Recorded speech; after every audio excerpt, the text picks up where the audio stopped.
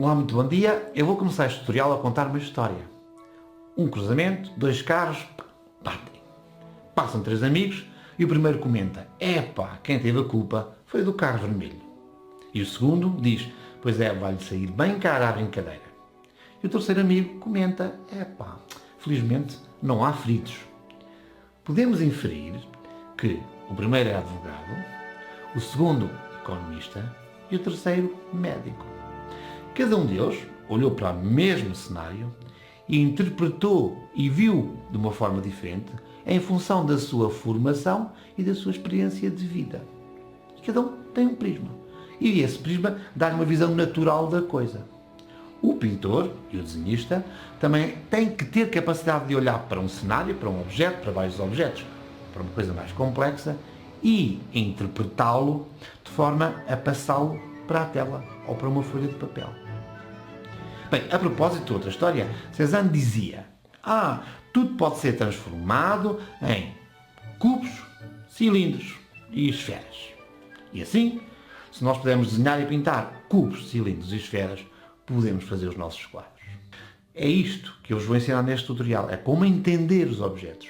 E com regras muito simples e dicas muito simples também, vou-vos mostrar qual é o caminho que podemos encontrar para entender e interpretar da forma de pintura, da forma do desenhista, cada objeto antes de passar para a tela. E, com os dois exemplos que eu vou tratar neste tutorial, nem sequer é preciso chegar ao nível de complexidade que Cézanne nos disse, porque em vez de cubos, cilindros e esferas, nós podemos falar de quadrados, retângulos e circunferências. Não podes perder este tutorial porque é muito simples e é, certamente, muito útil para ti. Vamos a isso.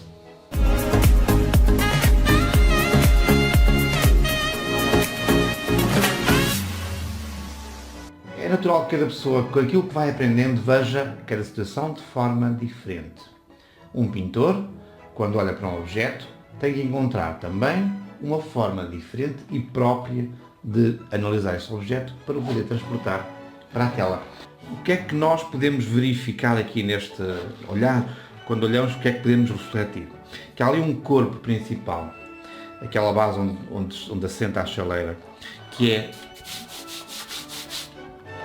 uma espécie de quadrado. Okay? Tudo é transformado em quadrados. A partir daqui, deste quadrado, nós podemos pensar, agora há outra estrutura em cima deste quadrado que tem a dimensão de 2/3 deste quadrado. 2/3 deste quadrado. Não é a mesma altura desde o quadrado até lá acima. Então, eu sei que o resto da minha chaleira, desta coisa, vai encaixar aqui, até ao cimo, até ao pontinho da chaleira. Se eu agora quiser pôr ali a asa do lado esquerdo, o que é que eu verifico? Verifico que eu coloquei este quadrado muito para cá, já não cabe na folha. O que é que os principiantes costumam fazer? Então fazem a asa da chaleira dentro disto. Não.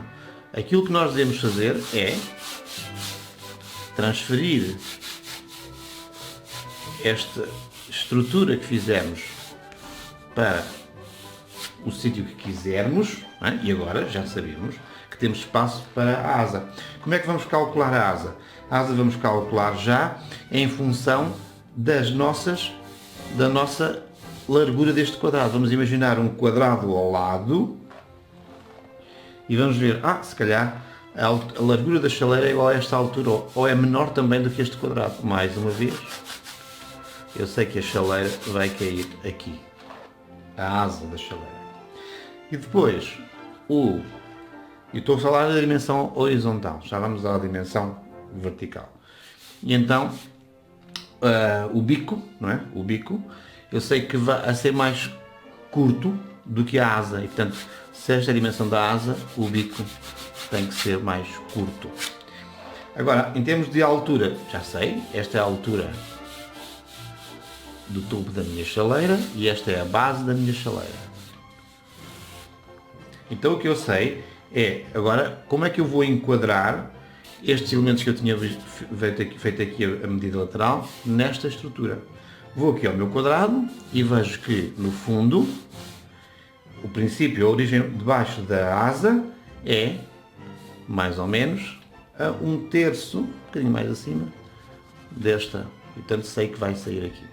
Em cima, por acaso, vai também coincidir aqui com esta zona da tampa e posso considerá-la um bocadinho abaixo de metade. E portanto a minha asa tem estes dois pontos. Faço então aqui e tenho aqui a estrutura da minha asa.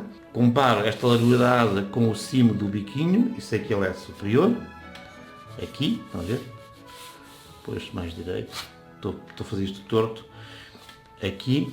E comparando aqui na nossa lógica de baixo, ele vai sair em cima. Ou seja, estou a fazer comparações entre os níveis horizontal e vertical. E estou a imaginar linhas retas,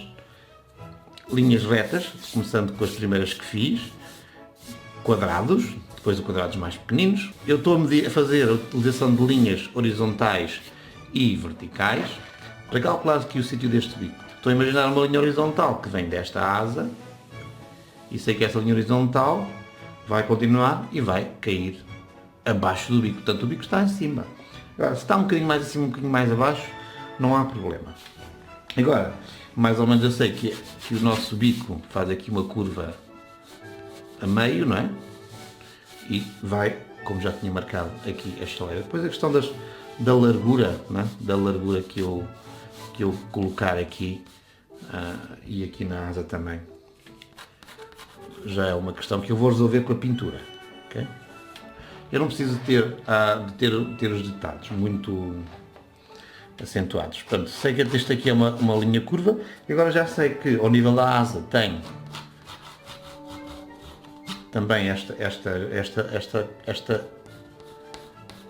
e depois, não esqueçam de fazer sempre meio, um risco com um eixo central para marcar aqui a nossa bolinha, não é?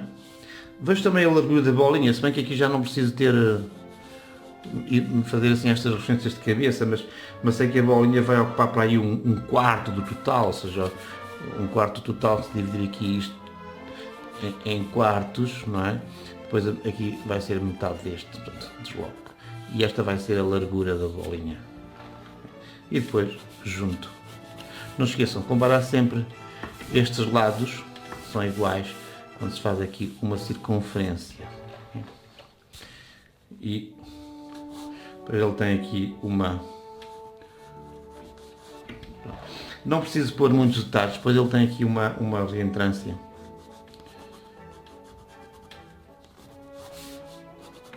Para esta história. Eu nem precisava de a fazer aqui no desenho. Fazia apenas depois quando fosse fazer a pintura.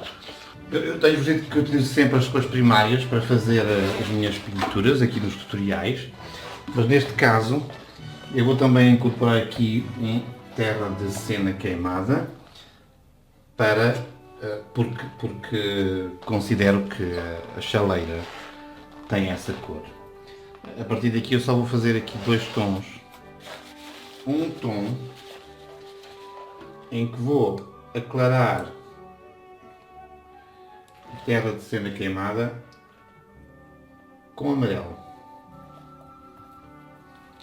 E depois vou pôr aqui um bocadinho de vermelho porque esta chaleira tem este tom vermelho. Depois ainda vou criar um tom mais claro e mais uma vez faço esse tom mais claro com amarelo. Ponho amarelo e depois levo para lá desta mistura base até chegar aqui ao tom mais claro. Se quiser também, como aquele tem o amarelo. Agora, se fizesse isto com branco, o que é que perdia?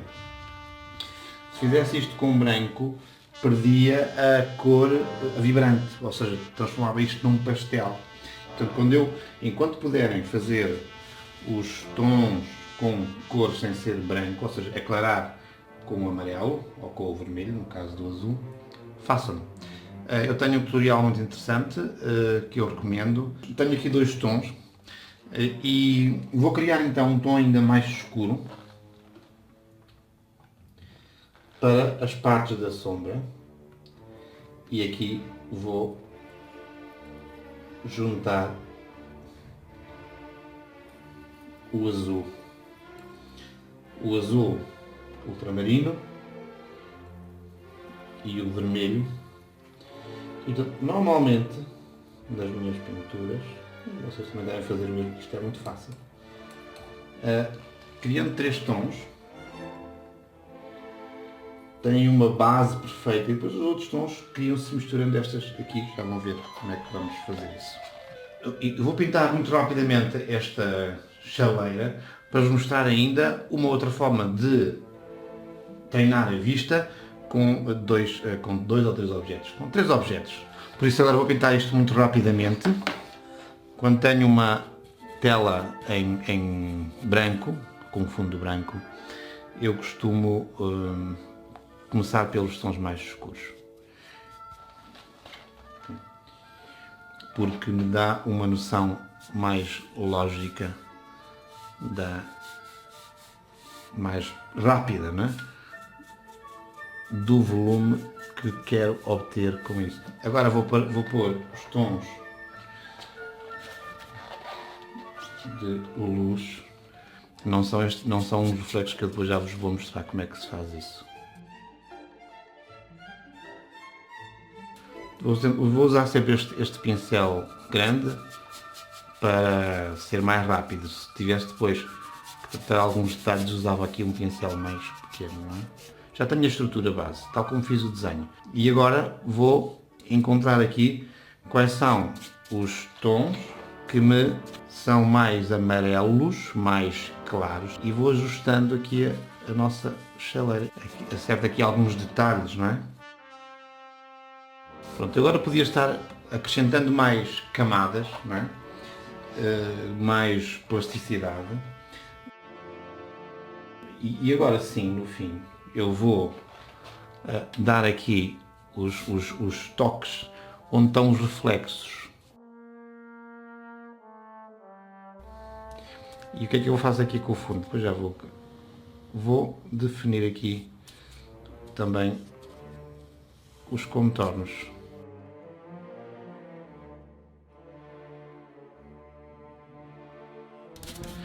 Este desenho não tem sombras, se bem que eu acho que a luz vem de cima.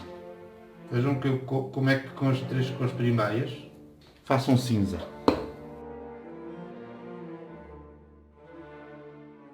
Quando eu pintei a chaleira não estive assim muito preocupado, porque agora com os contornos a minha pintura. E depois volto à chaleira para terminar.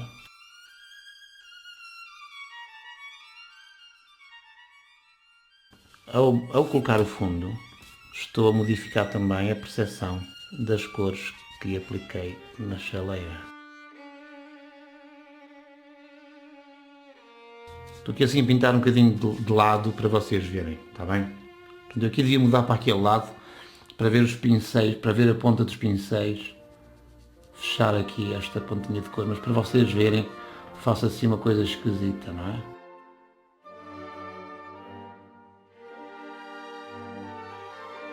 Como alguns contornos me fizeram alterar a estrutura, eu posso então corrigir.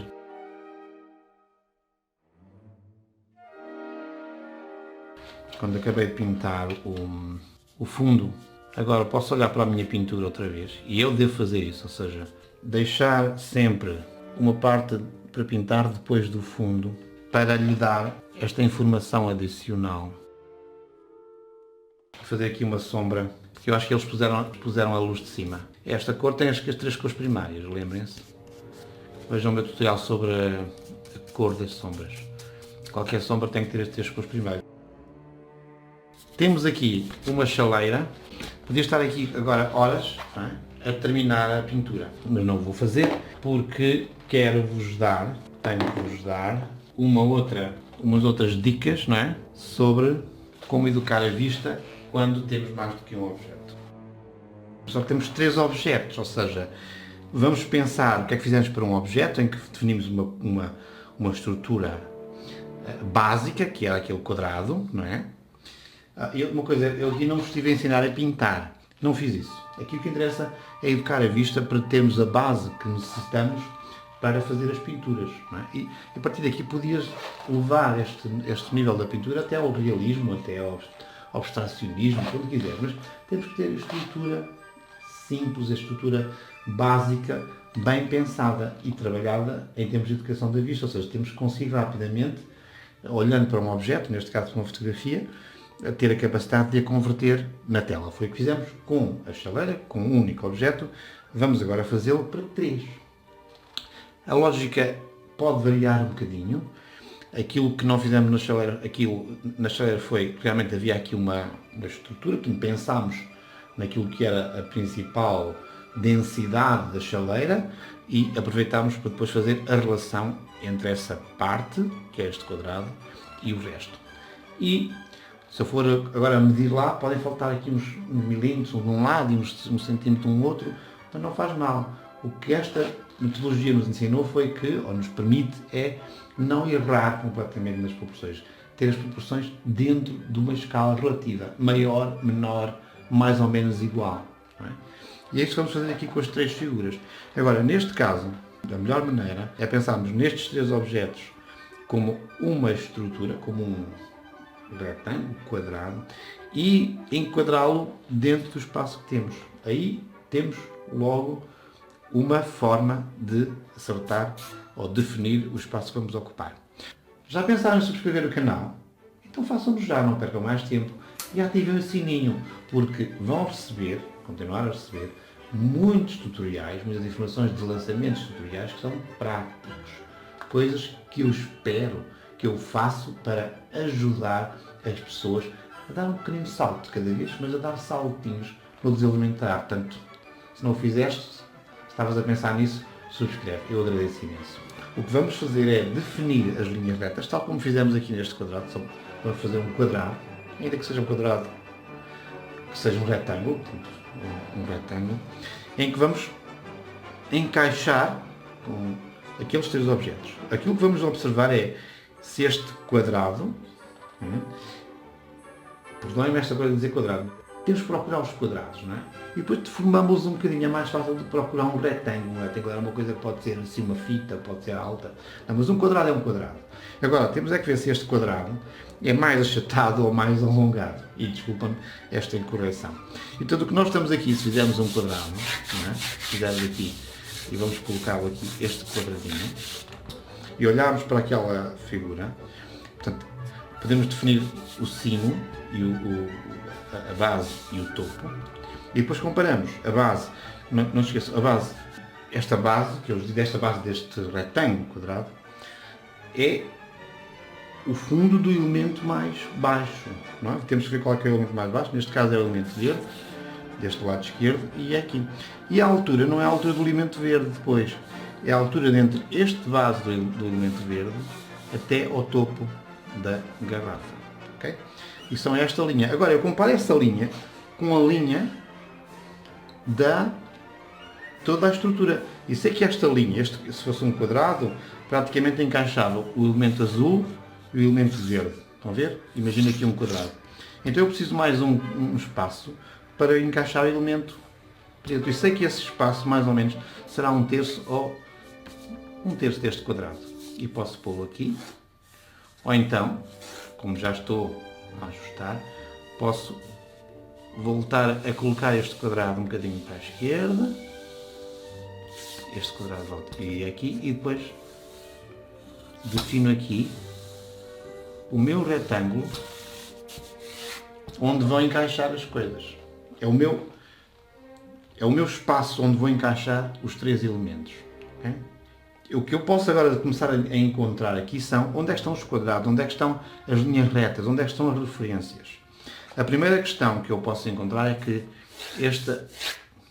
o elemento mais alto, não é? Se eu considerar esta linha que é o fim do objeto verde e aqui o fim do objeto preto, do lado direito, então a meio tenho a minha garrafa azul.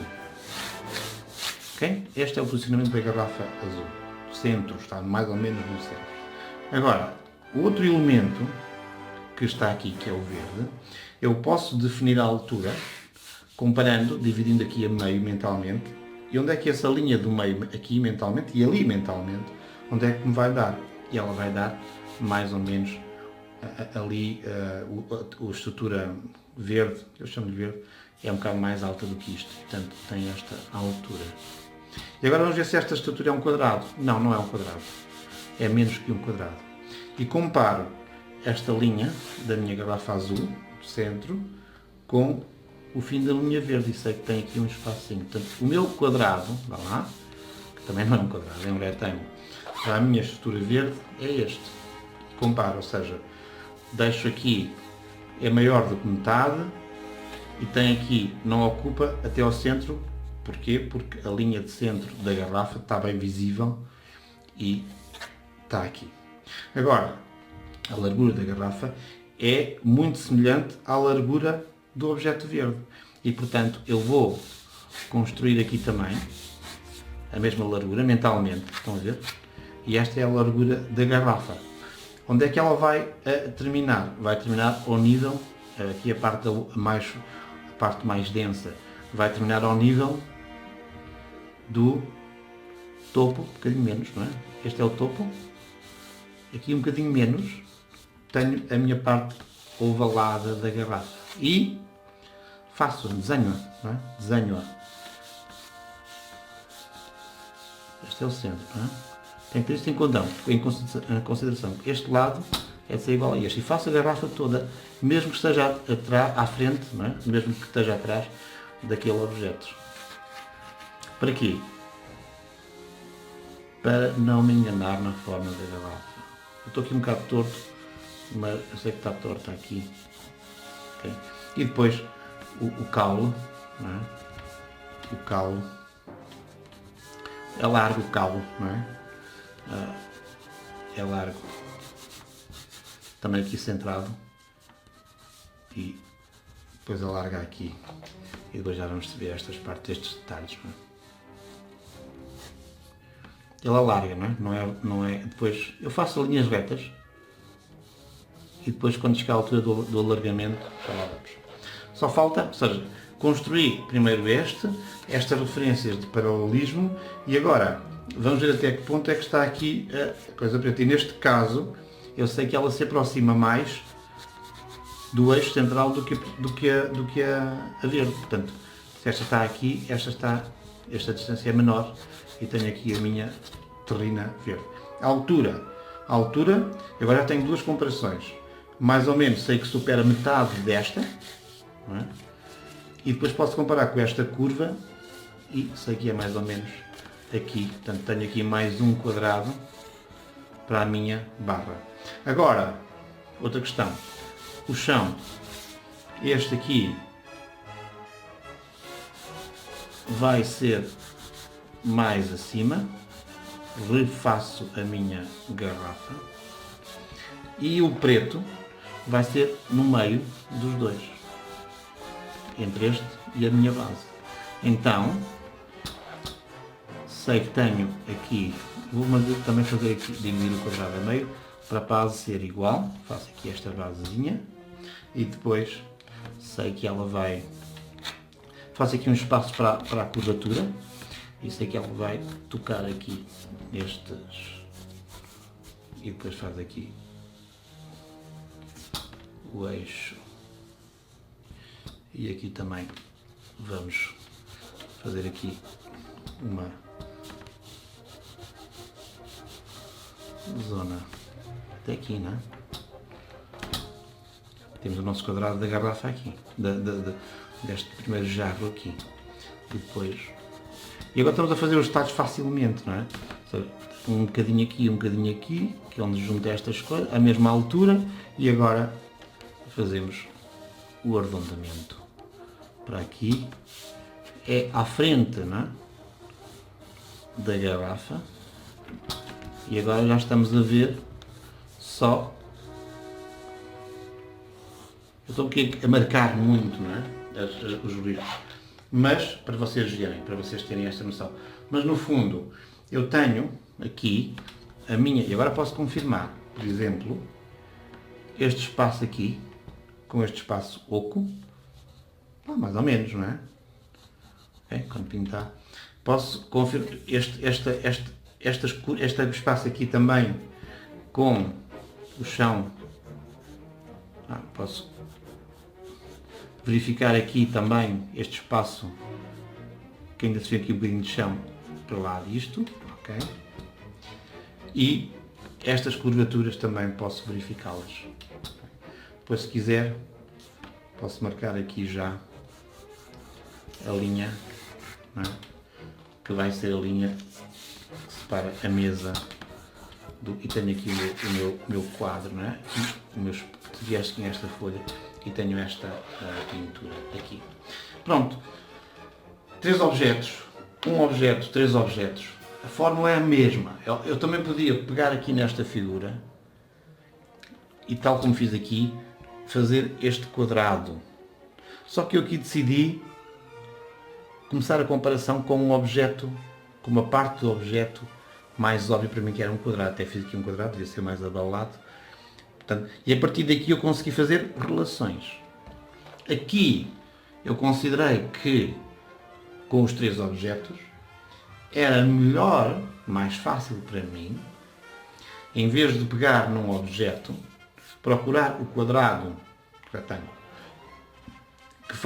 que envolve toda a estrutura, como se fosse única, e depois dentro desse quadrado, através de divisões de meios, não é? Meios, quartos, terços, encontrar o posicionamento dos limites das figuras para calcular os quadrados, retângulos, de cada uma.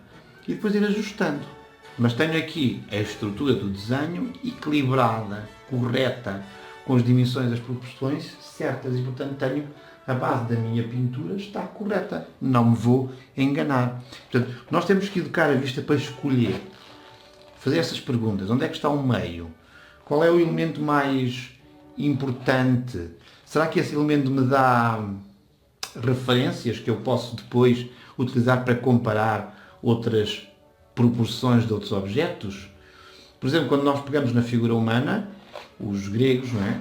Já fizeram o trabalho e dizem, a figura humana são 8 cabeças. E, portanto, aquilo, transformando aqui para o nosso exercício, se estivéssemos a pensar na figura humana, aquilo que fizemos foi isso.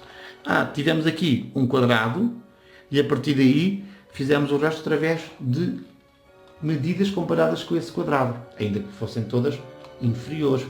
Mas, por exemplo, se eu pegar numa garrafa e depois eu encontro um quadrado, que é a largura, depois uma altura igual a essa altura, e depois vejo quantos quadrados é que tem a garrafa e em que sítio do quadrado é que começa a curvatura do gargalo que leva até ao corpo. Portanto, a forma de nós vermos as coisas tem que ser trabalhada, tem que ser treinada. É esse treino, com estas dicas, que vocês podem depois começar. Não precisam sequer fazer o desenho. Olhem para um objeto, quando estão a almoçar, quando têm algum tempo, e pensem, se eu tivesse que fazer o desenho, onde é que eu encontrava os quadrados? Onde é que eu encontrava os cilindros? E onde é que eu encontrava as esferas? E onde é que compunha isto tudo? Por exemplo, aqui eu posso ver se eu tivesse que compor este sozinho, isto era uma esfera, isto era um cilindro. E punha uma esfera, um cilindro em cima de uma esfera, fazia a dimensão relativa das coisas e depois estava feito o desenho. Okay? E agora podemos pintar, como fizemos. Vou procurar aqui, vou pôr aqui mais branco, o branco gasta-se muito, sempre com as cores primárias. Por aqui azul ultramarino. Podia usar um azul já mais aproximado, que eu tenho ali, a esta de chaleira, mas vou usar este azul ultramarino porque é exatamente as cores que eu uso para fazer as cores. E não vou usar aqui nenhum preto, porque vou pintar aquele último elemento com a mistura das 3 cores primárias. Vamos então construir aqui um verde. Neste caso já vou começar pelo branco e depois vou então fazer aqui um verde, assim, com amarelo e um pouco de azul, um pouquinho azul, sempre com as cores mais claras. E agora vou juntar branco para construir ali o meu verde da nossa terrina. E depois vou pôr um bocadinho mais de azul aqui, para a parte mais escura. Só azul. Posso pôr um bocadinho mais de vermelho para... já tinha, não é? Para fazer aqui o escuro. Portanto, tenho aqui a minha terrina com 2 tons, não preciso mais, não é? Um branco. Vou fazer também a mistura do azul. A mistura do azul para a nossa... aqui, começando também pelo branco. Este azul. Ok. Posso pôr um bocadinho de vermelho aqui na zona mais escura.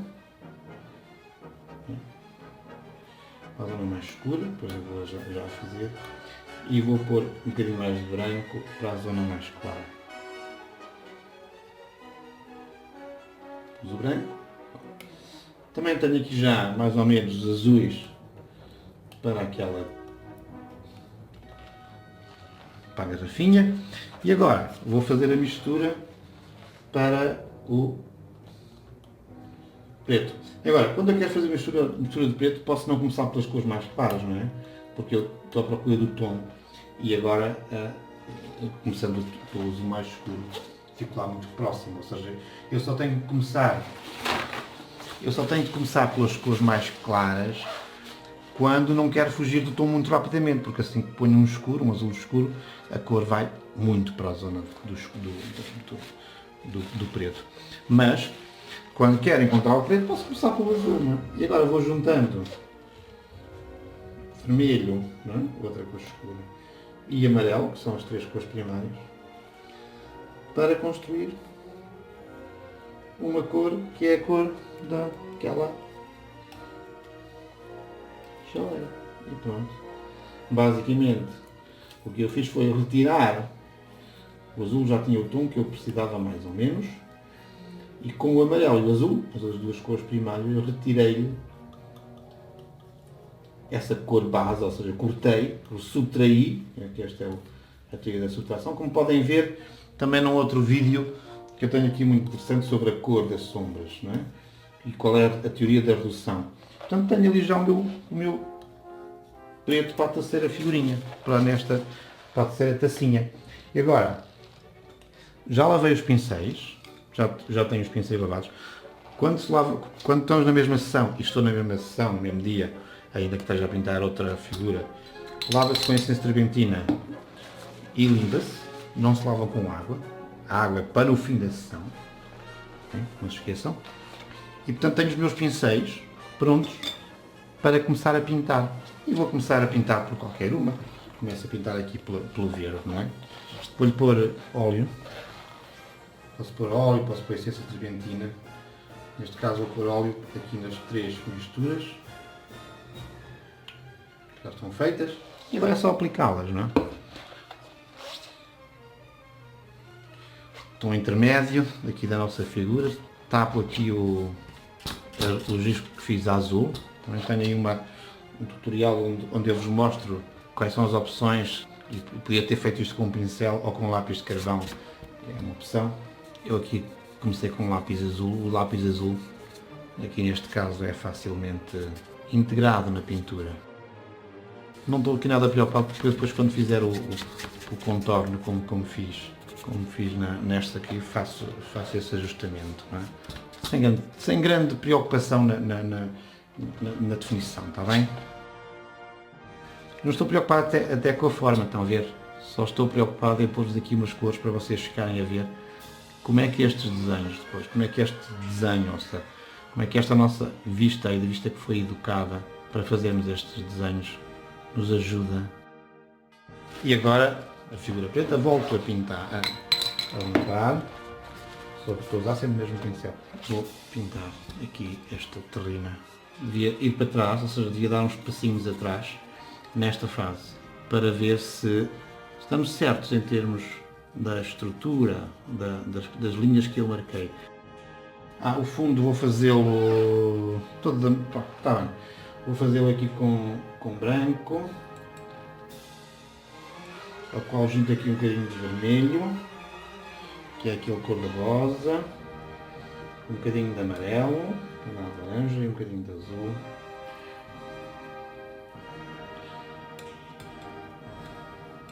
Azul a mais. Vamos pôr aqui amarelo e vermelho.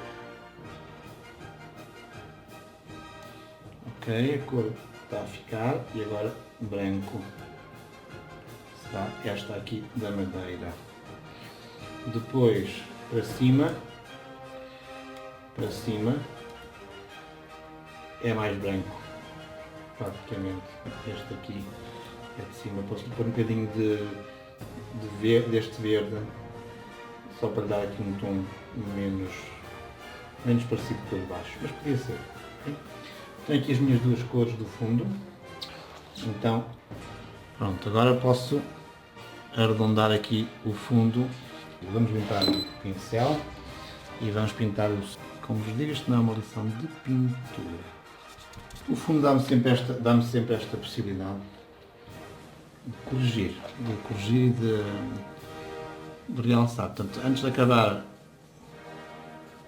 portanto, estas camadas que eu estou aqui a fazer no fundo, eu estou a fazer isto muito rápido, mas se vocês fizessem com camadas, tinham que ir fazendo camadas da pintura, do tema, do fundo, voltavam à pintura, voltavam ao fundo, porque o fundo dá-nos sempre uma percepção, quando pintamos o fundo, ficamos sempre com uma percepção diferente e até podemos ter que mudar os tons, não é? Se acharmos, podemos mudar os tons da pintura depois de aplicar o fundo, ou vice-versa, não é? O fundo normalmente é muito importante, não podemos gastar 5 horas na pintura e depois pintar o fundo e depois vemos que o fundo estragou a lógica relativa das cores que estávamos a usar. O último objeto a pintar devem ser os mais próximos e, portanto, vou dar aqui uns tons intermédios, por exemplo. Posso também pôr-lhe um bocadinho de amarelo neste verde, em algumas zonas. Basicamente tenho concluído. Posso dar aqui mais uns tons de cerâmica.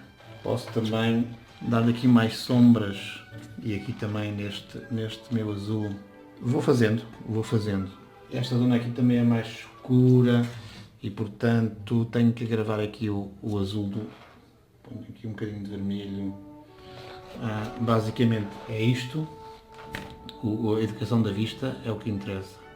Chegámos então ao fim deste tutorial. Eu agradeço a vossa paciência, mas agradeço sobretudo aos meus subscritores, que me dão o aval para continuar a trabalhar e a fazer estes vídeos que eu considero que são úteis e práticos.